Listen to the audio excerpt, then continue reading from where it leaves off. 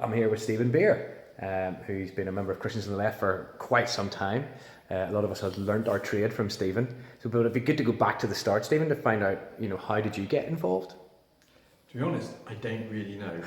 I've always been involved and interested in politics.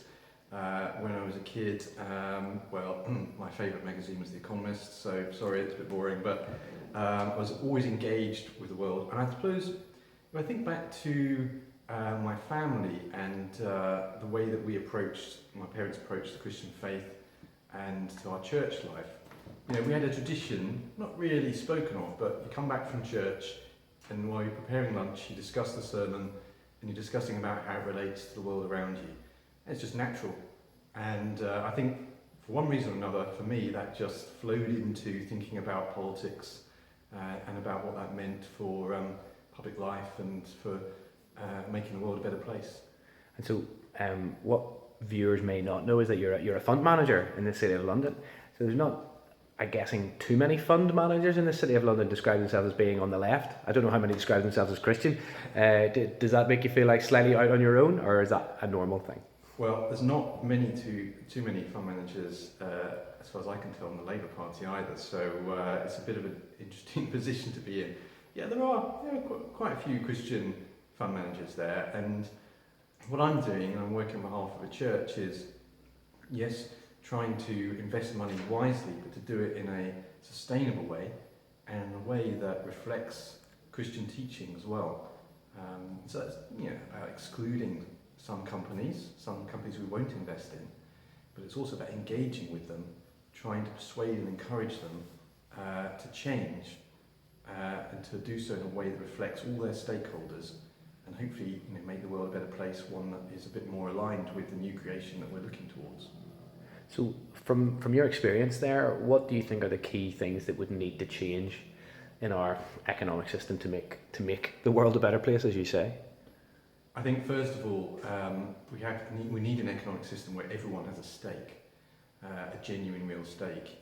R.H. Tawney talked about the economic freedom that we should all have, as well as civic freedoms. And I think we can really apply that today.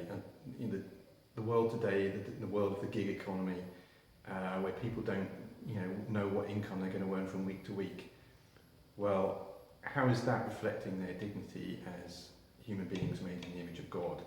I think we need to think carefully about that. And so an economic policy for me that reflects Christian principles is one that recognises that we all have, or all should have, a stake in the economy and a stake in the future. What would that look like in terms of policy changes and things that should be done differently? Well, I think it would mean that some of the things that perhaps Labour did do when we were in government, we need to work on and think about doing again. So I like the idea of a child trust fund, the idea that wealth is being built up from an early age and that that's available to some extent to everybody. I'd go for that. I also think that if we're applying Jubilee principles, that each generation needs a fair start in life, which for me is the fundamental principle of Jubilee, then I would say what we need is a massive increase in education policy and increase in early years funding too. The idea is that no matter what your circumstances, you will have a fair chance in life to use your God-given gifts. And so I think I would focus policy that way, while being credible, while having growth as well.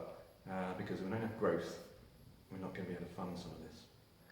How would you say your thinking on politics and your thinking on faith has changed during the time you've been involved?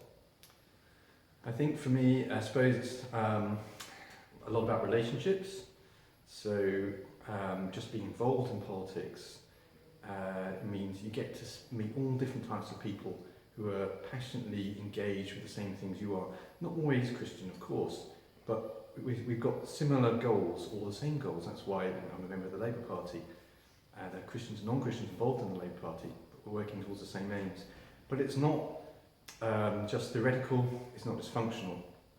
We're individual human beings, and there are relationships there, and I think in my time in politics and as a Christian in politics, I've built up a lot of good friendships on that basis, and that's why I think that's one way I've really changed and developed, being changed and developed by my friends in politics, if you like.